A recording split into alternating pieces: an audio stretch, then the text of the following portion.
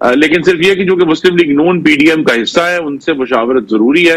اگلے چند دن میں یہ مشاورت ہوگی تو اپوزیشن ایک دفعہ پھر متحد ہونے جا رہی ہے. اتحاد کا پہلا قدم جو ہے اس کا جو اتحاد کا پہلا قدم ہے وہ پارلیمان سے متوقع ہے.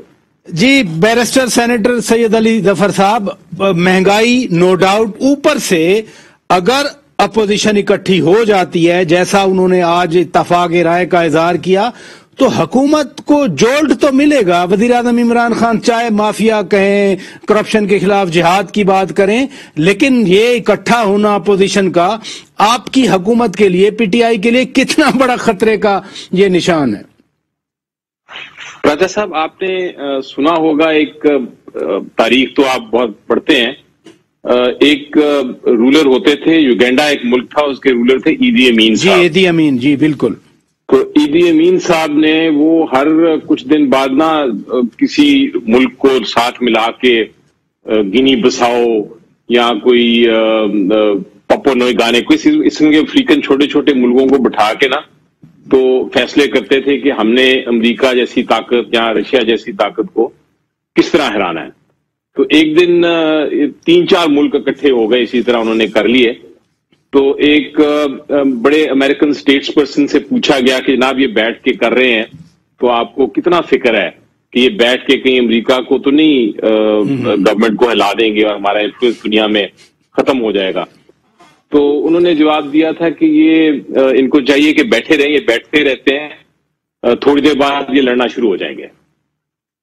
تو اگر آپ ہماری پولیٹیکل پارٹی جو پی پی ہے اور پی ایم ایل این ہے ان کی بھی تاریخ دیکھیں تو یہ آپس میں زیادہ دیر نہیں بیٹھ سکتے. اس کی وجہ یہ ہے کہ ان کے جو مینیفیسٹوز ہیں، جو ان کی سوچیں ہیں، جو ان کے ورکرز ہیں، جو ان کے پولیٹیشنز ہیں، جو ان کی فیوچر کی جو تھاٹ پروسیس ہے نیشنل لیول پہ، وہ سارے بالکل مختلف ہیں، وہ بالکل اپوزٹ ہیں ڈائریکشن میں. دراصل بات تو یہ ہے، اصل بات کہ پی ایم ایل این میں انٹرنلی بھی بہت سارے اس وقت ٹینشنز ہیں کیونکہ وہاں بھی ایک لیڈرشپ سٹرگل چل رہی ہے. اسی طرح پیپلز پارٹی میں بھی اب ٹینشنز آ گئی ہیں. آپ نے دیکھا یوسف رضا گیلانی صاحب کے ساتھ کیا ہوا، وہ ووٹ نہیں دینے آئے اور اس کے بعد انہوں نے استعفیٰ بھی دے دیا اور بہت سارے ان کے انٹرنل لوگوں نے ناراضگی کا بھی اظہار کیا. تو میں سمجھتا ہوں کہ کوئی فرق نہیں پڑتا، وہ بیٹھیں، اچھی ہے بات، کیونکہ سب سے اہم پولیٹیکل پارٹی اس وقت وہی ہے ہماری پی ٹی آئی. سب باقی جو دوسرے ہیں وہ چھوٹی چھوٹی پارٹیز، ریجنل پارٹیز رہ گئی ہیں، وہ بیٹھے ساتھ تاکہ اپوزیشن ہمیں دے سکے. میں تو کہتا ہوں سخت اپوزیشن دیں تاکہ ہم بہتر اپنا کام کر سکیں. چلیں آپ فرما رہے ہیں کہ کوئی فرق نہیں پڑتا، آپ فرما رہے ہیں بیٹھے رہیں، کوئی فرق نہیں پڑتا. مجھے ناظرین بریک لینا ہے، بریک کے بعد جب واپس آئیں گے میں انہی نکات کو آگے بڑھاؤں گا کیونکہ ووٹنگ کی بات ہو تو پیٹرن جو ابھی رہا ہے ان 3 سالوں کے دوران وہ کوئی اپوزیشن کی فیور میں نہیں رہا، ٹلٹ میں نہیں رہا. میں یہی نکتہ مہمانوں کے سامنے رکھوں گا. بریک کے بعد stay with us. Welcome back ناظرین، آپ روبرو پروگرام دیکھ رہے ہیں. مخدوم صاحب، اگر ووٹنگ ہوتی ہے، عدم اعتماد کی ہم آپشن دیکھ رہے ہیں تو جو پیٹرن رہا ہے وہ کوئی اپوزیشن کی فیور میں نہیں رہا. مثلا فیٹف کا بل پاس کروانا تھا، انہوں نے جوائنٹ سیشن میں کروا دیا. چیئرمین سینٹ کے خلاف تحریک عدم اعتماد آئی تھی، 65 کھڑے تھے، 50 کے ووٹ نکلے. یوسف رضا گیلانی صاحب جب سینٹ چیئرمین کا الیکشن لڑ رہے تھے 60 ووٹ ان کے ضائع ہو گئے. ابھی بھی پینڈنگ پڑا ہے یہ سارا معاملہ. ایون یہ ابھی جو ووٹ پڑا اسٹیٹ بینک کے حوالے سے، اقلیت میں ہوتے حکومت نے یہ بل پاس کروا لیا، تو پھر اس صورتحال میں اپوزیشن کیسے کانفیڈنٹ فیل کرتی ہے کہ اب کی بار ہو جائے گا عدم اعتماد؟ شوکت صاحب، آپ کے اس انتہائی دلچسپ اور اہم سوال میں ہی اس کا جواب کو آپ کو خود ہی مل جاتا ہے کہ جو کچھ ہوا ماضی میں، جس طرح آپ نے یہ ساری کاؤنٹنگز کروائی ہیں، یہ کس طریقے سے ممکن ہوا. ایک اس سے پہلے میں تھوڑا سا پیچھے جا کے آپ سے ایک چھوٹا سا سوال آپ کے لیے میں چھوڑنا چاہوں گا کہ آج پی ٹی آئی کے جو قومی اسمبلی کے ممبران ہیں، مجھے صرف آپ سے زیادہ کوئی شاید کم ہی جانتا ہو کتنے ان میں سے ہیں جو کہ اصل پی ٹی آئی کے ہیں.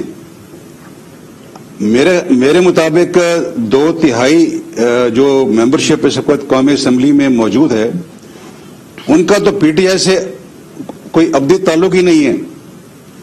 ان کو جس وقت کہا جائے گا, ان کی لگامیں جس وقت موڑ دی جائیں گی, تو یہ کاؤنٹنگ واؤنٹنگ کی تو کوئی صورتحال آپ کو نظر ہی نہیں آئے گی. یہ تو باقی کچھ رہے گا ہی نہیں.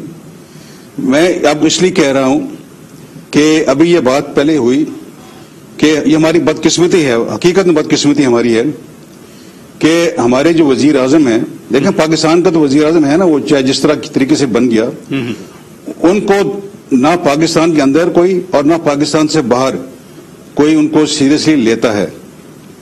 اور اس کی بہت ساری درجنوں مثالیں آپ کے سامنے موجود ہیں. اب آپ کے پروگرام میں وقت نہیں کہ بار بار میں ایک ہی چیز کو دہراؤں میں. اور یہی وجہ ہے کہ آج پاکستان کی بین الاقوامی حیثیت جو ہے اس کی ورچولی نہ ہونے کے برابر رہ گئی ہے. جو اس نظام کو لانے والے ہیں ان کے لیے خود ایک بہت بڑا ایک لمحہ فکریہ یہ بن چکا ہے. اور اس میں کوئی یہ کھلی بات ہے شوکت صاحب, اس میں اب یہ کوئی سیکریسی کی بات نہیں رہی کہ وہ خود چاہتے ہیں کہ ہم جتنا جلدی ہو سکے اس نظام کو اب جو مرضی اس کو آپ نام دے دیں, اس سے ہم چھٹکارا حاصل کریں. اور اسی وجہ سے ہی یہ آپ دیکھتے ہیں یہ نشستیں ہو رہی ہیں, اکٹھا کیا جا رہا ہے. دیکھیں اس میں کوئی شک کی بات نہیں ہے کہ پیپلز پارٹی اور پی ایم ایل این ماضی میں ایک دوسرے کے خلاف رہے ہیں, پھر اکٹھے بھی رہے ہیں. سیاست میں یہ ہوتا رہتا ہے, یہ کوئی نئی بات نہیں ہے. اپنے ایجنڈاز ہیں, اپنے ان کے سیاسی مفادات ہیں, اور وہ اسی طریقے سے رہیں گے. اس میں بھی کسی کو کوئی شک کی بات نہیں. پیپلز پارٹی آج ایک صوبے میں حکومت ہے, وہ اس حوالے سے اس پہ ایک ذمہ داری عائد ہوتی ہے, اس کی انٹرسٹ وہاں پہ ہیں. باقی پی ایم ایل این کے اپنے انٹرسٹ ہیں, بڑا صوبہ پنجاب اس میں ان کے انٹرسٹ ہیں. سو یہ اپنی جگہ پہ چیزیں جو ہیں حقیقت ہیں یہ موجود ہے. لیکن ایک چیز جو ہے جو دونوں جماعتوں کے لیے مشترک ہے, بلکہ ان دونوں جماعتوں کے علاوہ جو اور جماعتیں بھی پی ڈی ایم کے حصہ ہیں, یہ اس کے علاوہ بھی جو موجود ہیں, کہ ہم جتنا جلدی ہو سکے اس ہائی بریڈ مصنوعی نظام کو جتنا جلدی اس کے منطقی انجام تک پہنچا سکیں اس کو پہنچائیں. اس میں چاہے لانگ مارچ کرنے ہوں, چاہے اس میں عدم اعتماد ہو, کسی طریقے سے بھی ہو, یا عدم اعتماد نہ بھی ہو. آج مجھے یہ آپ بتائیے, اس وقت پی ٹی آئی کے 2/3 ممبرز کو چھوڑ دیں, اگر آج 10 سے 12 ممبر پی ٹی آئی کے قومی اسمبلی میں ان کے ساتھ نہ رہیں تو ان کے پاس تو اکثریت ہی نہیں رہتی. اور اس سے بڑھ کر آپ پنجاب میں دیکھ لیں. آج پنجاب میں اگر آپ ان کے خود ساختہ وسیم اکرم 3++ کو آپ اس کے خلاف کارروائی کریں اور وہ ہٹ جائے تو سارے کے سارے نظام جو ہے وہ ختم ہو جائے گا, کیونکہ اکثریت تو وہاں پہ پنجاب کے لوگوں کی ہے قومی اسمبلی میں جو بیٹھے ہوئے ان کے ساتھ پی ٹی آئی کے ساتھ. تو یہ بڑا انٹرسٹنگ نقطہ اٹھایا آپ نے, بڑا انٹرسٹنگ نقطہ اٹھایا. میں اس پہ دوبارہ آپ کے پاس آتا ہوں. خرم دستگیر خان صاحب, آپ نے بات سنی بیرسٹر سید علی ظفر صاحب, اس میں تو کوئی شک نہیں ہے نا کہ ماضی میں آپ علیحدہ ہوئے, اکٹھے رہے, اور وہ حکومت سمجھ رہی ہے کہ پھر لڑائی ہو جائے گی. لیکن جو مسائل بنے تھے 10 مہینے پہلے, جن کا آپ نے ذکر کیا, استعفے نہیں دینے, استعفے دینے ہیں, عدم اعتماد لانی ہے پنجاب میں یا مرکز میں, پھر ڈیٹس ڈیفرنٹ ہیں, یہ تو مسائل اپنی جگہ پر موجود ہیں. آج کیا ان مسائل پر, استعفوں پر, عدم اعتماد پر بات ہوئی؟ اب استعفوں کا آپشن ختم ہو گیا, عدم اعتماد بچ گیا؟ دیکھیے, اصل جو مقصد ہے ہم سب کے سامنے وہ تو فوری طور پر صاف, شفاف اور غیر آئینی مداخلت سے پاک انتخابات ہے. اس تک پہنچنے کا جو رستہ ہے اس پر ہمارے اور پیپلز پارٹی کے درمیان رائے جدا رہی ہے, اور سب کو معلوم ہے. ہمارا یہ خیال تھا کہ استعفے دے کر اور سڑک پر آ کر انتخابات کو جلدی منعقد کروایا جا سکتا ہے. پیپلز پارٹی کا یہ خیال تھا کہ اس کا راستہ جو ہے پارلیمان سے گزرتا ہے. 10 مہینے مزید گزرے ہیں, اور اب جب کہ الیکشن میں 1.5 سال تقریباً رہ گیا ہے, غالباً اس سے بھی کم, تو پھر یہ زیادہ امکان یہی ہے کہ یہ تمام جو رستے ہیں وہ آزمائے جائیں گے, جس میں پہلے پارلیمان کا راستہ آزمایا جائے گا، اور اگر اس میں اللہ تعالیٰ امید ہے کہ کامیابی ہوگی، کیونکہ بہت سارے جو حالات وہی ہیں جو مختوم سید فیصل صالح حیات نے بیان کیے ہیں، تو اگر کامیابی نہیں بھی ہوتی تو ہم آگے بڑھیں گے اور سڑک پر جائیں گے. اور استعفے تو دیکھیے اس وقت بھی یہ خیال تھا، ابھی بھی یہ خیال ہے، اسی وقت دیے جائیں گے. اگر استعفے دینے سے فوری انتخابات ہوتے ہیں، 1 سال پہلے چونکہ حکومت کے 2 سال سے زائد باقی تھے تو غالباً وہ رسک لے سکتے تھے 100 یا 150 انتخابات کروانے کا. اب جبکہ بالکل 1.5 سال رہ گیا اور وقت انتہائی قلیل ہے حکومت کے دور میں، تو پھر اب اگر تمام اپوزیشن 150 لوگ یا 160 لوگ استعفے دیتے ہیں تو حکومت کے لیے تقریباً ناممکن ہو جائے گا اس کو آگے لے کر چلانا.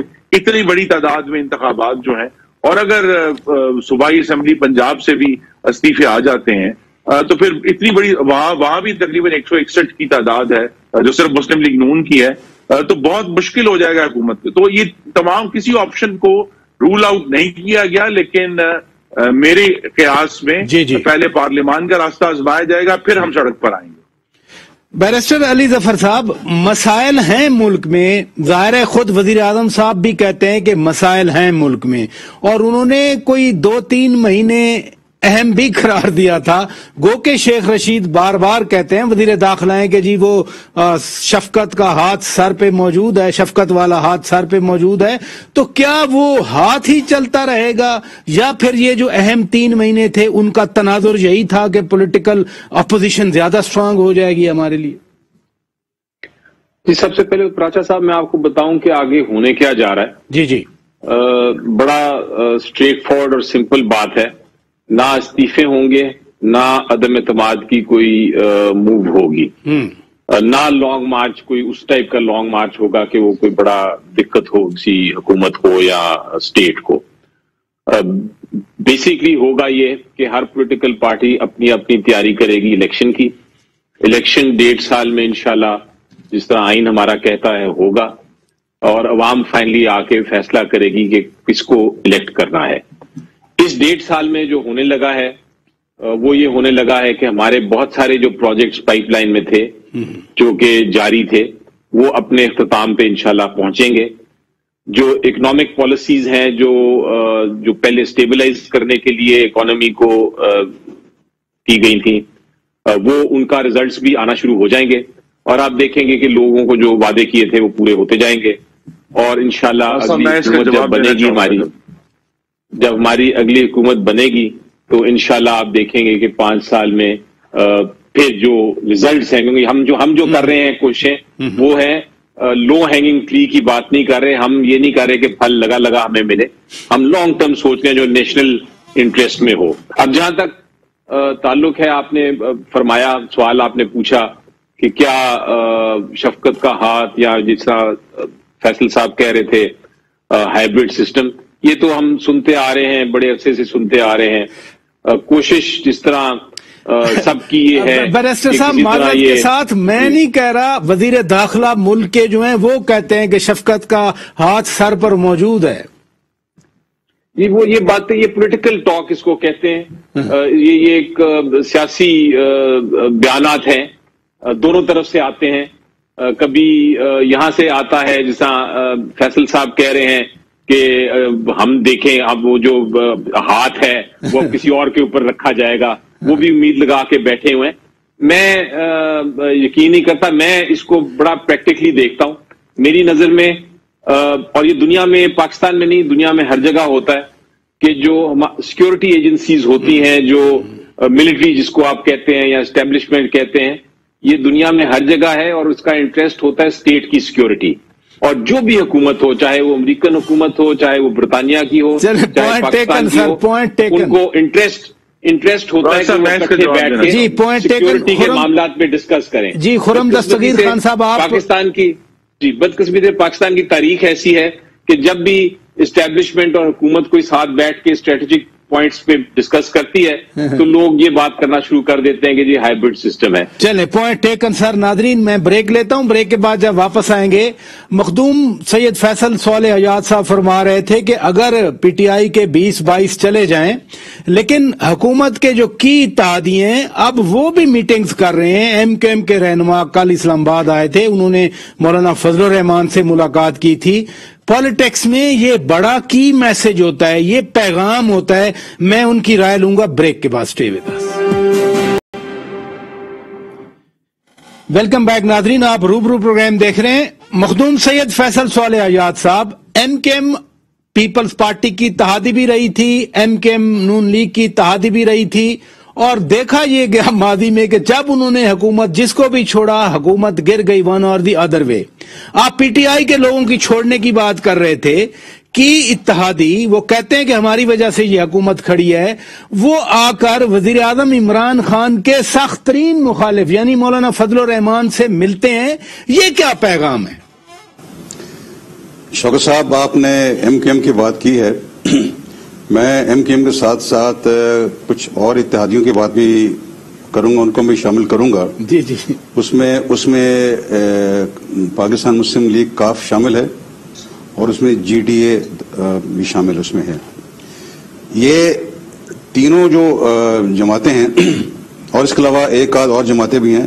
یہ آج میں آپ کے پروگرام میں یہ میں کوئی وہ جوتشی تو ہوں نہیں, ایک سیاسی طور پہ میری ایک سوچ ہے اور تجزیہ ہے, یہ آپ کے سامنے میں آج بیان کر رہا ہوں کہ آپ دیکھ لیجئے گا کہ یہ جب بھی آئندہ کے الیکشن ہوں گے یا اس سے پہلے یہ تینوں پی ٹی آئی کے ساتھ نہیں ہوں گے. یہ بڑے واضح طور پہ آپ کو میں آج یہ میرا سیاسی ایک انالیسس جو میں آپ کو پیش کر رہا ہوں. یہاں پہ جو طرز عمل رہا ہے عمران خان صاحب کا اپنے اتحادیوں کے ساتھ پچھلے 3.5 سال میں, اتنا تضحیک آمیز, ان تمام اتحادیوں نے بار بار اس کا برملا اس کا اظہار کیا. اور صرف وہ آپ کیونکہ شیخ رشید والی بات کرتے ہیں شفقت والے ہاتھ کی, اگر وہ شفقت والا ہاتھ نہ ہوتا تو یہ اتحادی کب کے آپ کو دوربینوں میں بھی نظر نہ آتے جو صورتحال ہے یہاں پہ. اور بڑی واضح بات ہے, آپ کو آپ جو مرضی اس کو سمجھ لیں کیونکہ ان سے تو حکومت کی جاتی نہیں ہے. یہ سوائے اس کے عمران خان صاحب یا ان کے جو یہ ہم نوا ہیں ان کے پاس اور کہنے کو ہے کیا؟ احتساب جو بری طرح پٹ چکا ہے, کیونکہ ان کی کارکردگی تو ہے کچھ نہیں کہ وہ بتائیں کہ آج ہی ہماری جی ڈی پی گروتھ جو ہے وہ پہلے 2% سے 4% پہ یا 5% پہ آ گئی ہے, 6% پہ آ گئی ہے. ہماری مہنگائی کی شرح جو ہے وہ سنگل ڈیجٹ میں آ چکی ہے. ہماری ایکسپورٹ جو ہے اتنی بڑھ چکی ہیں. لا اینڈ آرڈر ہمارا اتنا کنٹرول میں آ چکا ہے. پاورٹی جو لائن ہے وہ اتنا نیچے آ چکی ہے. یہ تو ان کی کارکردگی ہے نہیں, تو ان کے پاس تو یہ صرف ان کے لوگوں کے پاس یہی ہے کہ یہ اپنا بات کرنے کا کہ جی ہم چھوڑیں گے کسی کو نہیں. آج میں آپ کو ایک اور ہی پیشن گوئی یہ آپ کو میں گزارش یہ آپ کے پروگرام میں کہنا چاہوں گا شوکت صاحب. جی سر. کہ جس قدر کرپشن پچھلے 3.5 سال میں پی ٹی آئی کے دور میں ہوئی ہے, ابھی تو بہت سارے پابندیاں ہیں نا, اور آج ہم جو پروگرام کریں میڈیا سمیت بہت ساری پابندیاں ہیں, بہت ساری خبریں باہر نہیں آئیں, سوشل میڈیا پہ تو آتی رہتی ہیں. لیکن یہ ذہن میں رکھیے گا کہ یہ تمام کے تمام ان کی حکومت کی جانے کی دیر ہے. یہ تمام کے تمام پرائم منسٹر سمیت اس لائن میں کھڑے ہوں گے جس لائن میں انہوں نے پچھلے 3.5 سال میں اپوزیشن کو کھڑے کرنے پر مجبور کیا احتساب کے حوالے سے. میں یہی جواب دیں گے, وہ جواب دیں گے. جواب دینے کے ایک دیکھیں خربوں کی کرپشن ہے, کروڑوں اربوں کی نہیں, خربوں کی کرپشن ہوئی ہے. اور یہی وجہ ہے کہ آپ کو یہ چیزیں نظر نہیں آتی. میں خود ایک کاشتکار ہوں, مجھے اپنی گندم کے لیے مجھے یوریا لینے کے لیے مجھے جو کچھ پاپڑ پیلنے پڑتے ہیں مجھے اس کا علم ہے. اور میں ایک میری چھوٹی موٹی وہاں پہ کچھ وہاں پہ ایک میری سٹینڈنگ وہاں اپنے حلقے میں ہے. جو عام لوگ ہیں ان کا آپ حال دیکھ لیں, ان کے ساتھ کیا ہوگا. مخدوم صاحب میں یہ احتساب والی بات اکاؤنٹیبلٹی والی بات میں ضرور بیرسٹر سید علی ظفر صاحب سے کرنا چاہ رہا ہوں. وزیر اعظم تو